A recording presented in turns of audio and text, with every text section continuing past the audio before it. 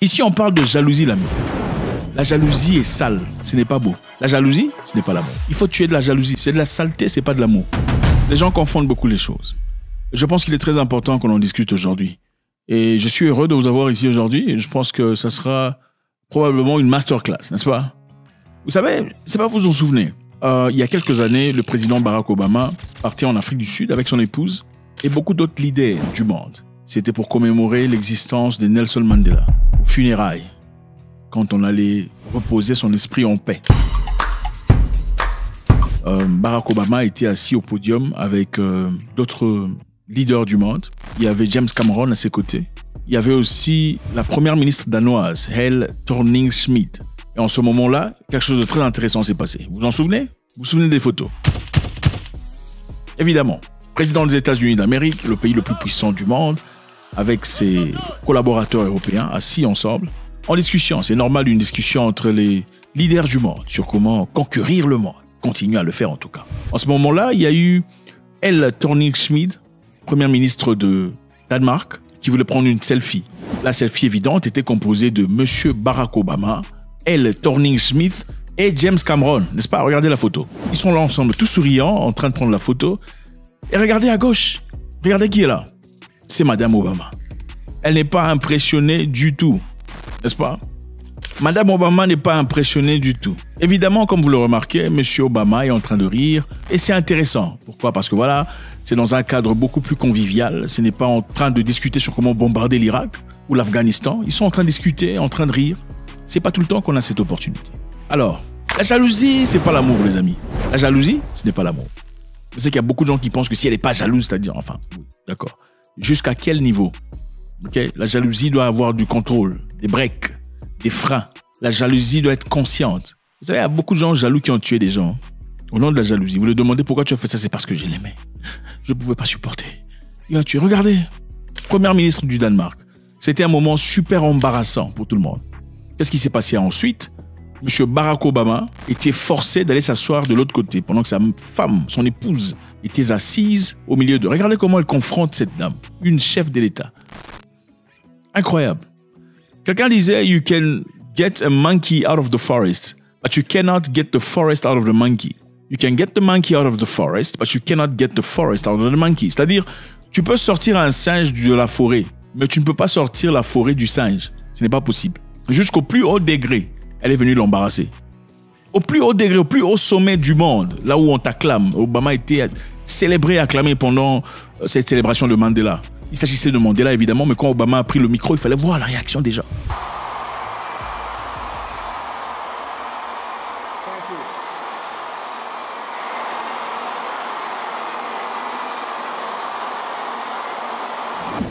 Mais sa femme est venue l'embarrasser, lui manquer de respect en public. Et je sais qu'il y a beaucoup de gens qui diraient, mais c'est pas dans le cadre de travail. Mais évidemment, c'est pas dans le cadre de travail, certes. Mais venir en Afrique du Sud pour discuter, c'était en qualité de qui? Si c'est pas dans le cadre de travail. C'était en qualité de qui? C'était en qualité du président des États-Unis d'Amérique. Et évidemment, c'était en qualité de président de la République. Alors, il lui était de sa responsabilité de garder le cadre et de savoir comment discuter avec ceux qui sont ses homologues. Par cette même occasion, évidemment, c'est vrai que l'atmosphère était un peu plus conviviale que d'habitude, mais ce n'était pas une occasion pour elle, même si elle pensait vraiment qu'il y avait des choses qui se passaient, de réagir de la sorte. Elle a embarrassé son mari. Ce n'est pas de l'amour. Écoutez, la jalousie, ce n'est pas de l'amour. Quand on aime quelqu'un, on le laisse. En effet, quand on aime quelqu'un, le vrai amour, on le laisse faire ce qu'il a envie de faire. Beaucoup de gens pensent qu'il faudrait donner des lois, des rules, bloquer, restreindre les sorties. Ne sors pas, ne va pas. Si je ne suis pas là, ne viens pas. C'est pas ça l'amour. En fait, tu ne sais pas ce que la personne a dans son cœur. Tu ne peux vraiment savoir si une personne vraiment t'aime. C'est quand tu le lâches. C'est quand tu lâches la personne, tu lui autorises de faire ce qu'elle a envie de faire. Tu laisses la personne sortir avec ses copines, aller là-bas, hein, aller en fête avec ses copines. Si elle rentre intacte, là, elle t'aime. Ce n'est pas en la bloquant. Si c'est une femme, écoutez, vous pouvez bloquer quelqu'un comme vous désirez. Si la personne a envie de tromper, elle va vous tromper. Qu'est-ce que madame a dit? Elle Thorning-Schmidt, parce que c'était honteux. Tout le monde en a parlé, la télévision et tout le bazar. La première ministre danoise a défendu également la selfie qu'elle a prise avec le président Barack Obama et le premier ministre britannique David Cameron lors de la cérémonie commémorative de Nelson Mandela, affirmant qu'il n'était pas inapproprié. Parce qu'évidemment, les gens pouvaient dire que c'était inapproprié et tout ça. Mais ce n'est pas l'occasion, madame. C'est pas le genre d'histoire que tu emmènes dehors. De nombreuses photos ont été prises ce jour-là, dit-elle. J'ai simplement trouvé cela amusant. Il y avait de la tristesse, mais c'était avant tout un événement festif qui célébrait aussi un homme qui a vécu 95 ans et a accompli tant de choses. On dansait dans les tribunes et puis nous avions pris des selfies vraiment amusants. Évidemment, il a fallu que David Cameron s'explique aussi. Le Premier ministre britannique avait dit à l'époque, il était tout simplement poli d'accepter la demande de Schmidt pour une photo. Pour ma défense, il faut toujours se rappeler que les caméras de télévision sont allumées en permanence. Donc, c'était convivial. Il faut faire très attention, les amis. Il ne faut pas vous embarrasser à un point comme ça. Oh, on envoie des gens, vous marchez dans les rues, elle vient te sauter dessus, elle te tire par la chemise. Viens ici, je te passe par là. Écoutez, non, il ne faut pas accepter des bêtises pareilles. Si elle n'est pas bien éduquée, il faut la renvoyer à la maison pour se faire bien éduquer. Elle doit faire un choix. Elle veut vraiment de toi, alors elle va se comporter comme un humain et pas se comporter comme une chèvre. Ok ? Ou bien, vous laissez tomber cette histoire. Parce que laissez-moi vous dire, ce genre de jalousie, c'est des genres de jalousie qui emmènent à la mort. Oh, je ne sais pas comment c'est arrivé là, je suis vraiment désolé. Mais tu es déjà mort. Moi, je connais quelqu'un, okay, ce n'est pas seulement les femmes, j'en connais quelqu'un, une personne qui avait l'habitude de prendre, comment dire, la clé de la maison. Okay, il a plusieurs clés de la maison, mais il garde une seule clé. Il mentait à sa femme qu'il n'y avait qu'une seule clé. Il va donner à sa femme une seule clé. Pourquoi ? Pour que sa femme se sente obligée de rentrer à la maison au plus tôt possible. Pourquoi ? Parce que quand tu as une seule clé, qu'est-ce que tu fais ? Tu rentres à la maison très vite pour pas que les autres soient coincés dehors. Donc, il a fait tout pour que sa femme pense qu'il n'y avait qu'une seule clé et ne voulait pas en faire de copie. Donc, le domestique, lui et tout le monde dépendait de sa femme. Cela mettait sur les épaules de sa femme l'obligation de rentrer à la maison aussi tôt que possible. C'était à cause de quoi ? De la jalousie. La jalousie est la peur de perdre quelqu'un. On ne peut pas avoir peur de perdre une personne quand on est vraiment en amour. C'est vrai qu'au départ, on dit on ne veut pas perdre, mais on ne peut pas avoir peur de perdre. Regardez, l'amour, ce n'est pas checker le téléphone de quelqu'un à tout bas. Ce n'est pas ça l'amour. L'amour, ce n'est pas vérifier le téléphone. Montre-moi ton téléphone. C'est vrai, évidemment, quand vous vous mettez avec une personne, à un moment donné, il faut vérifier, voir ce qui se passe sur son téléphone, parce qu'on ne peut pas prétendre connaître quelqu'un si on n'a jamais été dans son téléphone. Hein, ne vous en faites pas. Vous ne pouvez pas prétendre connaître quelqu'un si vous n'avez jamais regardé. Regardez, je t'aime, tu vois, il n'y a que... Non, c'est n'importe quoi. Il faut regarder dans son... As-tu déjà été dans son téléphone ? La vraie identité de quelqu'un se trouve dans son téléphone. Je ne veux pas vous mentir ici. Hein. Les Japonais disent qu'il y a 3 personnalités dans l'humain. Il y a la personne que le monde voit, c'est-à-dire la personne extérieure, que tout le monde voit de vous. Il y a la personne que les proches voient, vos amis et tout le bazar, la personne, la version de toi. Et il y a la personne que seul toi tu connais. La personne que le monde voit, la personne que les proches voient, et la personne que seul toi tu connais. La personne que seul toi tu connais, c'est celle-là qui va se masturber à minuit. Oui, vous êtes là, vous partez à l'église chaque jour, c'est vous. C'est vous, ça c'est la personne que seul... Et quand on parle de ces histoires dans l'église, franchement, je n'arrive pas à comprendre comment les gens font ça. Mais c'est vous. Alors, pour connaître la personne que seul toi connais, c'est quand on voit dans ton téléphone comment tu as commandé l'histoire là. Hein? C'est quand on regarde dans les messages pour voir comment tu as acheté le jouet là. Donc, on ne peut pas dire qu'on te connaît si on n'a jamais été dans ton téléphone. Mais à un moment donné, quand vous passez ce stade, vous arrivez à un point, il n'y a plus besoin de regarder dans le téléphone parce que tu es sûr que je suis dans cette histoire, il n'y a pas de rigolade. On arrive à un moment où on n'a plus besoin de regarder le téléphone parce qu'on se connaît, on sait qu'on est là, l'un pour l'autre, on ne va nulle part. Donc, il n'y a pas besoin d'être toujours en colère et de se crier dessus. L'amour, ce n'est pas vérifier tout le temps. C'est faux. L'amour, ce n'est pas venir frapper à la porte. Hey, comment ça se fait que tu es là? Je t'appelle. Non, ce n'est pas ça l'amour. Pourquoi tu ne... L'amour, c'est je suis sûr. Tu es parti, je ne t'ai pas encore parlé pendant longtemps. Mais tu vas revenir, tu n'iras nulle part. C'est ça l'amour. L'amour, c'est quand tu pars. Ok, donc elle part, ou il part. Toi, tu restes là. Vous n'êtes pas en communication pendant quelques heures. Mais tu sais que tout va bien et rien ne va se passer. Et en réalité, rien ne va se passer. Quand vous n'avez pas encore atteint ce niveau-là, il faut vous inquiéter tout le temps, vous n'êtes encore nulle part. Je ne sais pas si vous avez envie de vous lancer dans une histoire où, au fait, c'est une histoire que vous fabriquez vous-même. L'amour, ce n'est pas placer des barricades à quelqu'un, l'enfermer, l'emprisonner, pour pas qu'il parte. Il ne faut pas sortir avec ses amis. C'est pas ça l'amour. Vous n'êtes pas en amour. Vous pensez que vous pouvez bloquer quelqu'un pour aller tromper. Si quelqu'un a envie de tromper, C'est juste comme ça, non? Pour les femmes, surtout, elle fait juste là, comme ça. Même devant la voiture de sa propre voiture, elle va faire ça comme ça. Monsieur là-bas derrière va faire ce qu'il a à faire pendant 3... Ça dépend. Bon, les garçons d'aujourd'hui, vous faites 30 secondes. L'amour, ce n'est pas bloquer quelqu'un. De même pour un homme, si un homme a envie de te tromper, il va te tromper. Si quelqu'un a envie de te tromper, tu ne peux rien faire pour l'en empêcher. Ce n'est pas possible. Ce n'est pas en criant, ce n'est pas en vérifiant, ce n'est pas ça. Ce qu'il faut chercher plutôt, c'est chercher quelqu'un avec qui on peut construire quelque chose. Ici, on parle de jalousie, l'ami. La jalousie est sale. Ce n'est pas beau. J'ai vu beaucoup de personnes se faire embarrasser. Il y a une autre personne que je connais. À chaque fois qu'il sortait avec sa compagne, il n'était pas autorisé de regarder quoi que ce soit. Ils sortaient ensemble, assis au bar ou assis au restaurant. Le monsieur n'avait pas le droit de regarder quoi que ce soit. Écoutez, ils sortent, ils partent ensemble. Il n'avait pas le droit de regarder quoi que ce soit. Si tu regardes une femme comme ça, sa compagne se fâche comme pas possible. Pourquoi tu la regardes? Va t'asseoir à leur table. Incroyable. Embarrassant. Tout le monde voit ça. Mais attends, madame, tu as quelqu'un de beau, toi-même tu as l'air bien. Mais qu'est-ce qui va pas? Pourquoi vous en arrivez là?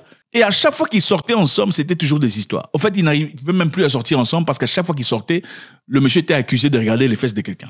Et ce n'est pas qu'il le faisait. Et même s'il le fait, vous ne voyez pas des gens ici. Moi, il y a des gens matures. Ah, tu regardes ça, tu aimes ça, hein? Intéressant. C'est la maturité. Vous voulez me mentir que depuis que vous êtes en relation avec quelqu'un, vous ne regardez plus les hommes? Non, vous, en tant que femme, depuis que vous êtes en relation ou mariée, vous n'avez plus jamais regardé un homme dire que non, il est beau. Il faut arrêter d'être hypocrite. Il faut arrêter d'être hypocrite. Être marié ne vous empêche pas d'apprécier ce qu'il y a de beau. Jamais. Il ne faut pas mentir. C'est ça l'hypocrisie. Il faut arriver au point où dans votre histoire, vous dites, ah, celle-là, elle est bonne. Ah, toi, vraiment, écoute, il ne faut pas faire ça devant moi. C'est ça. C'est ce niveau-là qu'il faut atteindre. Être marié ou être avec quelqu'un ne vous empêche pas. Ce n'est même pas volontaire. Quand vous voyez ce que vous aimez, vous voyez ce que vous aimez. Dans le cas du monsieur, il ne regardait pas les femmes. Dans le cas de monsieur, la femme était très insécure, au point où il était incapable de vivre. Ça devenait compliqué, difficile de sortir ensemble, même aller quelque part. La jalousie, c'est de la saleté. Ce n'est pas de l'amour. Il faut tuer de la jalousie. C'est de la saleté, c'est pas de l'amour. Et ça ne se limite pas là. Boris Johnson, qui connaît Boris Johnson? Boris Johnson, l'ex-premier ministre de la Grande-Bretagne. Écoutez, ces histoires ici n'est pas une personne. Ok? Boris Johnson a été embarrassé par une femme. Beaucoup ne le savent pas. Mais en réalité, Boris Johnson était vraiment embarrassé. Boris Johnson a été marié 3 fois, en effet.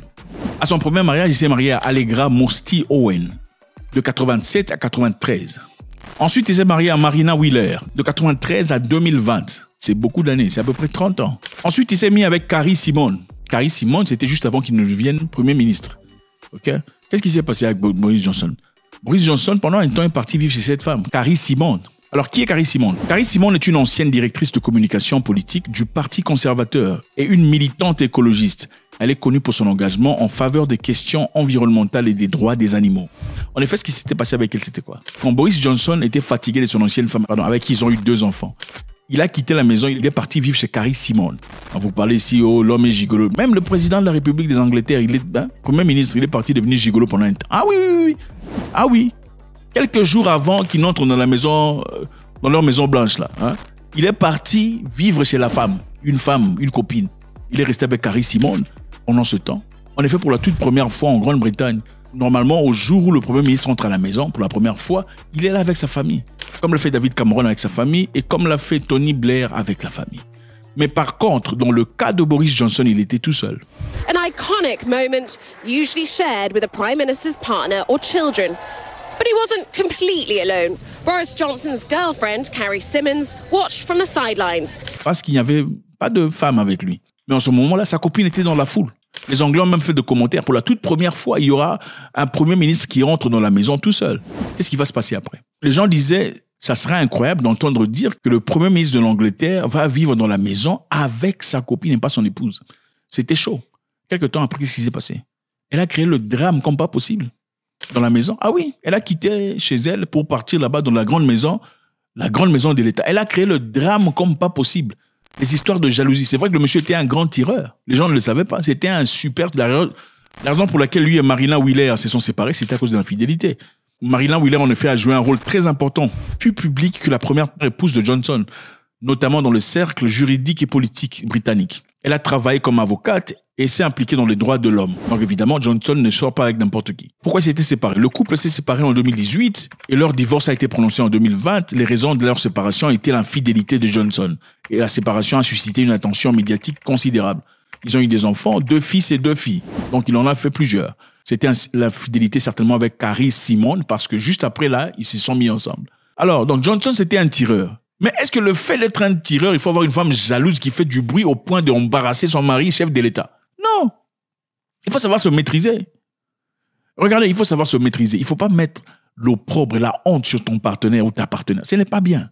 C'est honteux de voir des gens qui se chamaillent. C'est qui la personne? Pourquoi tu lui parles? Mais c'est honte. Ça montre combien vous êtes petit d'esprit et instable. Il faut vous séparer. Il faut vous séparer. Moi, je vous dis, si vous arrivez au point, pourquoi tu parles? C'est pas l'amour. Il faut vous séparer. C'est n'importe quoi. Personne ne possède personne. Personne n'est le propriétaire de personne. Il faut savoir respecter les gens et respecter la personne la plus importante de votre vie. Quand vous faites des scènes de jalousie comme ça devant les gens, vous diminuez son existence, vous diminuez son ampleur. Écoutez, quand vous dites en tant que femme, c'est normal que vous vous fâchiez parce que monsieur a fait un acte que vous n'aimez pas. Voyez monsieur à la maison et discutez. C'était quoi ça? Est-ce que c'était nécessaire? Petit, moi, une femme m'a déjà dit, moi là. Nous sommes en train de marcher. C'était dans un Woolworth, hein, dans un supermarché, en train d'acheter des trucs. Elle me dit, pourquoi tu la regardes comme ça? Ah! Monsieur Robert, elle m'a dit, pourquoi tu la regardes comme ça? Je sais voir qu'elle est belle. C'est vrai qu'elle est belle. Est-ce que tu peux pas ne pas me salir comme ça? Mon cher, j'ai eu honte. Je ne regardais même pas cette fille-là. Mais tu vois, quand tu vois une silhouette, hein, c'est une vraie silhouette. Tu as vu, mais tu n'as pas vu. Mais elle m'a vu. Mais pourquoi tu la regardes comme ça? Tu ne vois pas que tu me salis. Hein? Quelqu'un de comme ça, tu vas lui faire du mal comment? Il faut savoir comment réguler ses... En fait, c'est ça. Quand quelqu'un te donne son temps, ou même quand il t'épouse, ça ne veut pas dire que c'est ton objet. Et toi, en tant qu'être humain, il est de ta responsabilité de préserver son respect. Parce que moi, je connais des gens. L'homme n'est absolument rien. À l'époque, il n'était absolument rien. Désolé de le dire comme ça. Absolument rien. Mais la façon dont la femme parle de son mari devant les gens, non, tu es obligé de respecter ce gars. Et thank God, ce monsieur, aujourd'hui, est quelque part dans la vie. Est-ce que c'était peut-être les ondes positives qu'on voyait sa femme déjà vers l'univers? Point d'interrogation. God bless.